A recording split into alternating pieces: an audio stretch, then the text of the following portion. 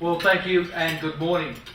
I must admit that breakfast functions make me a little nervous. If my voice breaks up, it's because they do. And it was at a function like this in New York 11 years ago now that my life was challenged, my world was challenged, my faith was challenged, and it was a raw time.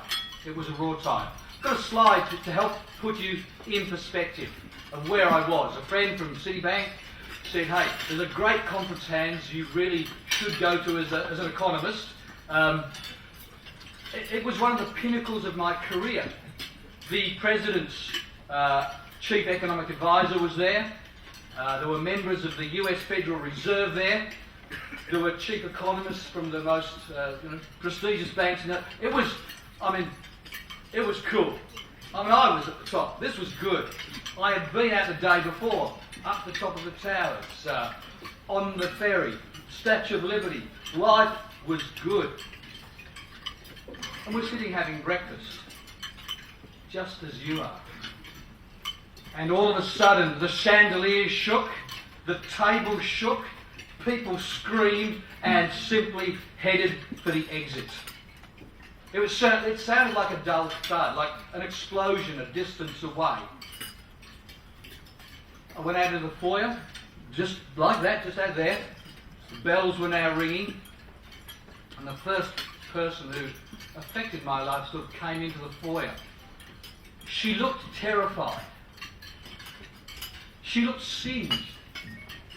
She was singed because she'd come in from the outside because jet fuel was falling down the sides of the building, and people were being incinerated 100 metres from where I was, and they were coming into the foyer of the hotel.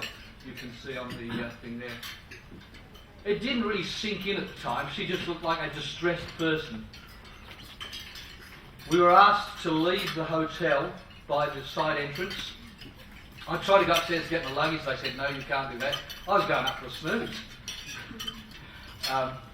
We left the outside of the hotel because that was the safest. And it was then when I left the hotel that I realised something really strange was going on. We didn't know it was a plane. But as you left the building, there were cars on fire in the street across. There was rubble in the street that wasn't there earlier. And as we left the hotel, you can see there, it was just showering burning paper. Showering burning paper. We went outside and just looked up and saw what was going on. We might have the next slide just to keep it all in perspective. The conference is where that green dot is, if you can see the picture. I was standing just a little way out there, and all of a sudden in the distance you see a plane coming. And it just keeps coming. And it gets louder. And you think, what on earth is the plane doing there? Is this a university stunt? Is this a Qantas travel ad? But it just kept coming and accelerating and then straight at us, over our heads, and exploded, as I'm sure you've all seen. And, we talk about black swan events in economics and unexpected things. This was real. This wasn't a movie. It felt like it, it looked like it. But the second person who affected my life was a lady, was a lady in a dark blue or grey pantsuit who was blown from the second tower and cartwheeled across my eyesight and smashed into a building. That was somebody's mother. That was just somebody's sister. That could have been my mum. It could have been my wife. 1 minute she's sitting there minding her own business, and the next minute she's blown into eternity like a rag doll. I'm an economist. We don't deal with this stuff very well. It was at that point that I decided this was not a good place to be. It was not a good place to be. So I figured I should leave and go to Staten Island Ferry. How many people have been to New York here?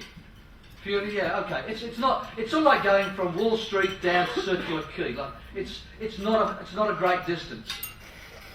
And I wandered down to Staten Island Ferry, sat there and waited for one.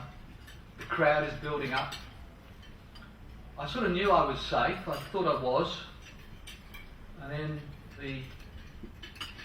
the moment that I really thought I was going to die. I honestly did. You can see that building, it's not there now. It's quite substantial. But in a moment, you've got to imagine there are about 5,000 people around and in that building. And at one, they start screaming. And the noise starts to rise. What was happening, I honestly thought we were hearing the sound of shelling coming into New York.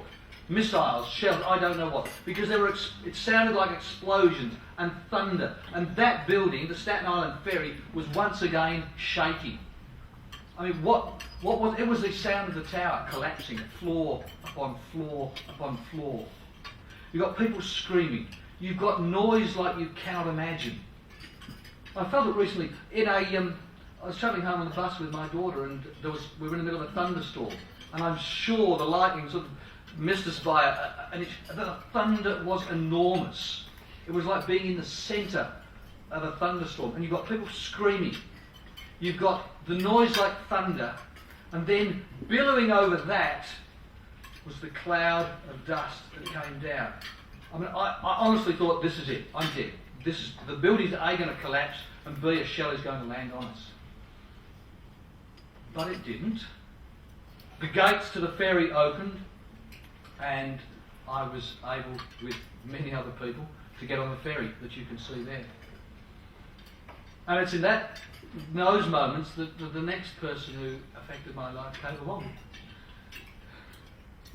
We're sitting there, the dust is streaming across the boat. You cannot see much. You're trying to breathe through your shirt, your handkerchief, whatever. I offered my seat to this lady, Leslie. She said, no thanks, I'll stand with my friend. She was putting on her life jacket. Now, in a macho Aussie, you don't put your life jacket on the Manly Ferry. This is dumb. I'm not going that far. She's putting on a life jacket. She knocked off her earring. I picked it up and gave it back to her and said, maybe it's sentimental value. We may well be going to die, but here's your earring. She said, no, where are you going? Could she see Hans Kunnen, Sydney? She saw, where are we going? I'm just getting out of here. My plan was to knock on the door of a church and ask for help. That seemed a very reasonable plan to me. Sort of Christians and basically nice folk, helpful, follow your leader. It seemed like a good idea at the time. God had a far better plan. Leslie, with the lady next to her, no, you've got. I'm struggling today. Imagine how I was then. I was a mess. I was emotionally naked. I had nothing. Everything that I had was in the hotel, blown to smithereens. And this lady reaches out to me and she said, Hans, would you like to come and stay with me and my family? And when you're that messed up and somebody reaches out in grace, she didn't know me from an axe murderer, would you like to come and stay with me and my family? An absolute act of grace. One minute I've seen evil, absolute evil, death, destruction, mayhem. Half an hour later, I am being touched by grace that still moves me today. It makes you think. It makes you think about the relationships that we have, the world that we live in, how we can be tossed and turned. It makes you aware that any moment life can turn. Was I ready for my death? Was I ready to say goodbye to my children? I love my kids. I remember thinking, I could never kiss my little boy who was little there. The only time you could kiss him was when he was asleep. He was like a battery boy who runs around. How are your relationships? How are your relationships with your family, your friends? They can change in a minute. Life can change in a minute. We are mortal. We are fragile. We need to be ready to face our Maker, and we need to make relationships that matter. And that's in part why I'm here this morning. We're talking about relationships and what it does for people. My daughter's been part of Crusaders now she was for a while. It changed her life. Crusader camps have changed my kids' life. They've met their Lord. They've learnt about Jesus from people who act like Jesus acted, not just like Jesus spoke. They've touched her life. Crusaders have touched my life. What more can I say? Life is fragile. Support and build relationships, and I encourage you, Crusaders is an institution that helps people face reality, face their Lord.